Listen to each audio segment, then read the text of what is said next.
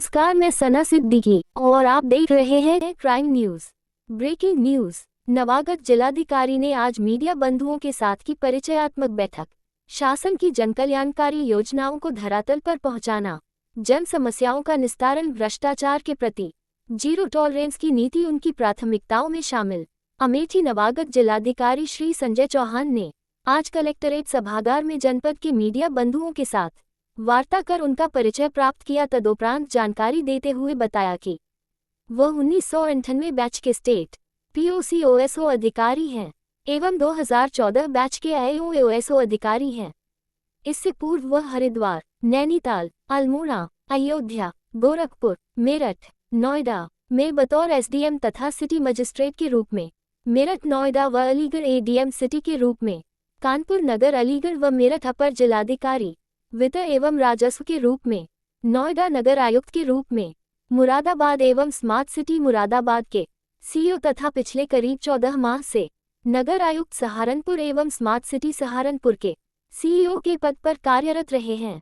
नवागत जिलाधिकारी जनपद एटा के मूल निवासी हैं। उनकी प्रारंभिक शिक्षा RBS इंटर कॉलेज आगरा एवं ग्रेजुएशन आचार्य नरेंद्र देव कृषि विश्वविद्यालय कुमारगंज, जनपद अयोध्या तथा गोविंद बल्लभ पंत विश्वविद्यालय अल्मोड़ा उत्तराखंड से बायोटेक्नोलॉजी में पोस्ट ग्रेजुएट की डिग्री प्राप्त की है।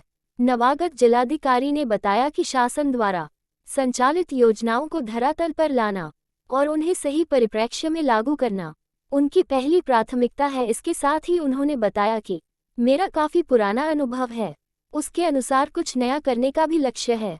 उन्होंने कहा कि ग्रामीण बहुलता वाले जनपद में और कृषि प्रधान जनपद में अगर नगर विकास और नगरीय प्रशासन की अवधारणाओं को लागू किया जाए तो निश्चित रूप से बदलाव देखने को मिलेगा। मीडिया द्वारा भ्रष्टाचार के मुद्दे पर पूछे गए सवालों का जवाब देते हुए नवागत जिलाधिकारी ने कहा कि शासन की जीरो टॉलरेंस की नीति है, वही नीति मेरी भी रहेगी। कहीं पर भी भ्रष्टाचार की शिकायत जांचोपरांत सिद्ध पाए जाने पर संबंधित के विरुद्ध कठोर दंडात्मक कार्यवाही की जाएगी। मीडिया बंधुओं के साथ परिचयात्मक बैठक में सर्वप्रथम जिला सूचना अधिकारी शिव दर्शन यादव द्वारा सभी मीडिया बंधुओं की ओर से नवागत जिलाधिकारी को बुके देकर उनका स्वागत किया गया। इस दौरान मुख्य विकास अधिकारी सूरज पटेल, अपर जिलाधिकारी न्यायिक दिनेश कुमार मिश्रा सहित अन्य संबंधित अधिकारीगण व मीडिया बंधु उपस्थित रहे। अमेठी से राशिद हुसैन की रिपोर्ट। इस इच्छा को धरातल पे किस हद तक ला पाए?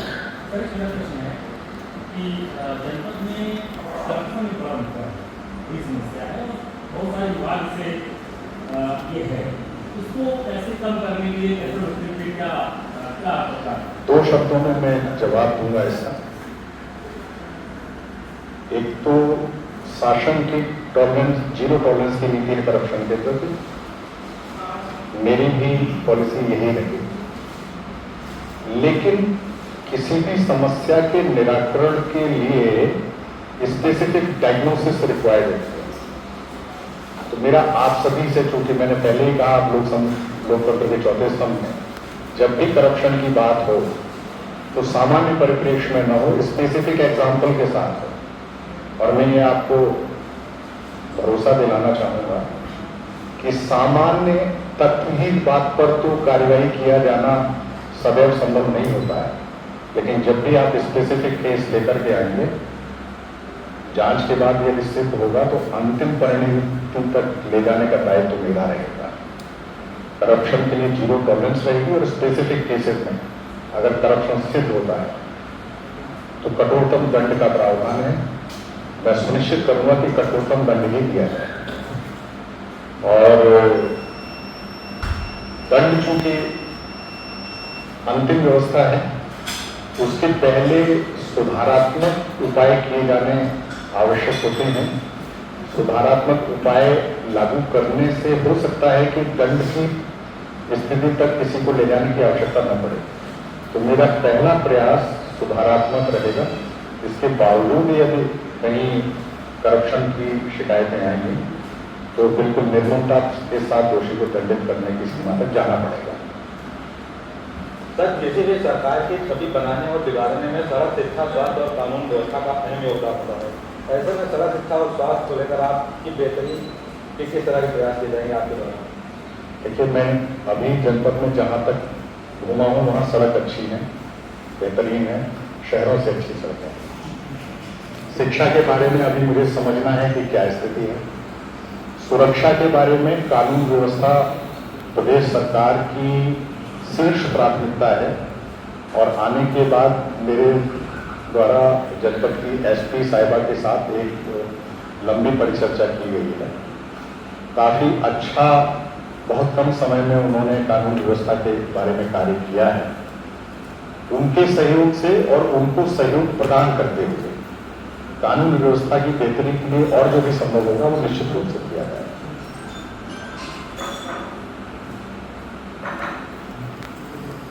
सर, सबसे ज़्यादा शिकायतें समाज कल्याण विभाग, मनरेगा और आंगनबाड़ी से संबंधित रही हैं और उनमें काफ़ी मतलब तथ्यात्मक बातें सामने आई थी, लेकिन कार्रवाई में बहुत ही देरी हुई है। क्या कार्रवाई हुई है? अभी तक कोई पुष्ट जानकारी किसी के पास नहीं है।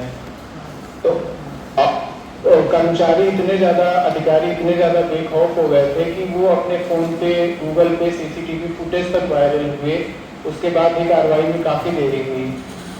तो आगे से त्वरित कार्रवाई हो अगर इस तरह की कुछ।